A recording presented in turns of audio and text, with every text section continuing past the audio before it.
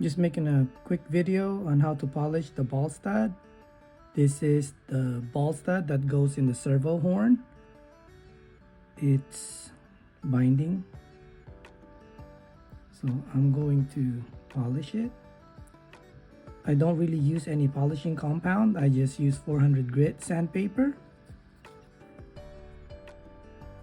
and 2000 grit sandpaper after to polish it. And this is a small ball stud, really tiny. I don't think that's a 2mm. It's something else. But if it's a 2mm ball stud, I use a damper post that goes in the MRO3 or MRO4 disc damper kit in the back. I used one, then I put it in the Dremel,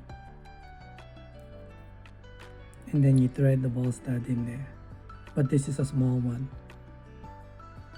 The ball stud that I usually use on here are very common size, except for this one. The servo horn ones are smaller, so I can't use the damper post.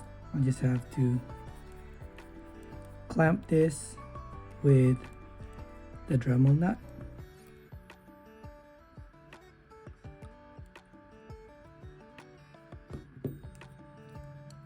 I'm also using the Dremel Lite.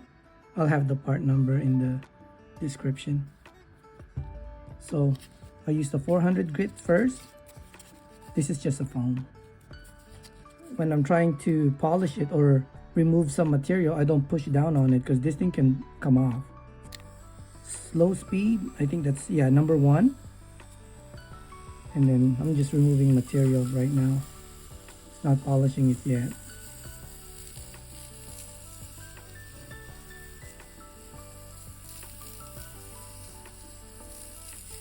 It should be good enough. Then the 2000 grit.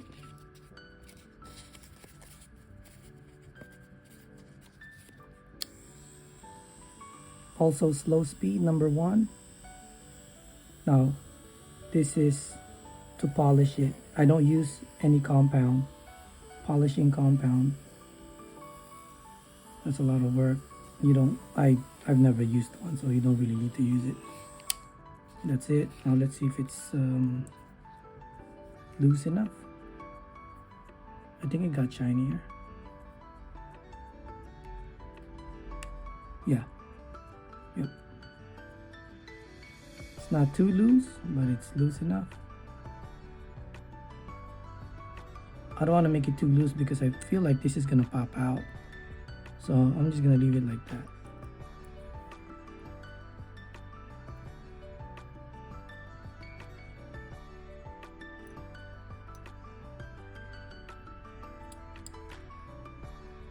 Okay. It's not too loose because I don't want it to come out in a crash or something. That's good enough.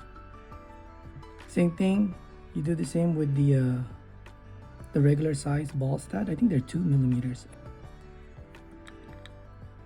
But this is easier to polish because you can just, like I mentioned earlier, use the damper post from your MRO3, MRO4 damper kit, the used one. I don't have a used one, so I had to use a new one. And then you screw this one in. You see that? You can also put a shim in there in between, like a millimeter.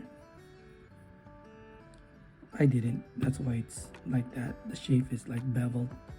It wasn't like that in the beginning, but I was pretty much sanding it down. So then you polish it, okay, with the sandpaper, and that's it. I don't do anything else. I don't even lube it.